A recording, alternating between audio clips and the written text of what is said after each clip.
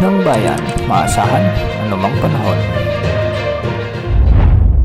Magandang araw po sa ating lahat. Narito ng pinakaling update sa magiging lagay ng ating panahon sa araw na ito at sa mga susunod na araw. Sa kasalukuyan, patuloy pa rin nating minomonitor ang bagyong Wilma na kung saan ay almost stationary pa rin ito sa coastal waters ng Eastern Samar. Huling namatan ang sentro nito sa coastal waters ng Canavid, Eastern Samar. Taglay ang lakas ng hangin na umaabot sa 45 km per hour malapit sa gitna at pagbugsong umaabot sa 55 km per hour. Sa kasalukuyan ay almost stationary nga ito o halos hindi ito kumikilos sa kanyang kinalalagyan. Meron itong diametro o lawak na umaabot sa 180 kilometers mula sa gitna. Nakataas pa rin ang tropical cyclone wind signal number 1 sa maraming lugar sa Visayas at ilang bahagi ng southern Luzon. Ayon sa Pag-asa, posibleng ngayong gabi ay inaasang magtatama na o maglalandfall ang sentro ng bagyong Wilma sa may eastern Visayas bago dito tawirin ang ilang bahagi pa ng Visayas region.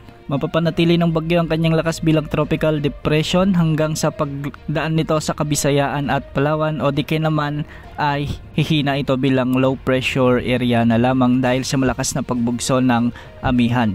Ngayong araw dahil pa rin sa epekto ng bagyong Wilma, asahan pa rin ang mga pag-ulan at pagbugso ng hangin sa Eastern Visayas, Western Visayas, Sorsogon, Masbate, Romblon, Cebu at Negros Occidental na posibleng magdulot ng mga biglang pagbaha o pagguho ng lupa lalo na kung may mga umiiral na katamtaman hanggang sa matitinding pag-ulan. Samantala, dahil naman sa shear line, asahan din ang maulap na kalangitan na may mga kalat-kalat na pag-ulan at isolated thunderstorms sa nalalabing bahagi ng Bicol Region, Laguna, Batangas, Quezon Province, Oriental Mindoro at Marinduque. Maulap na papawirin na may mga kalat-kalat na pag-ulan at pagkidlat-pagkulog naman dulot ng bagyong Wilma ang inaasahan pa sa nalalabing bahagi ng Visayas. Asahan din ang maulap na papawirin na may mga pag-ulan dulot ng amihan sa Cagayan Valley, Cordillera Administrative Region at Aurora.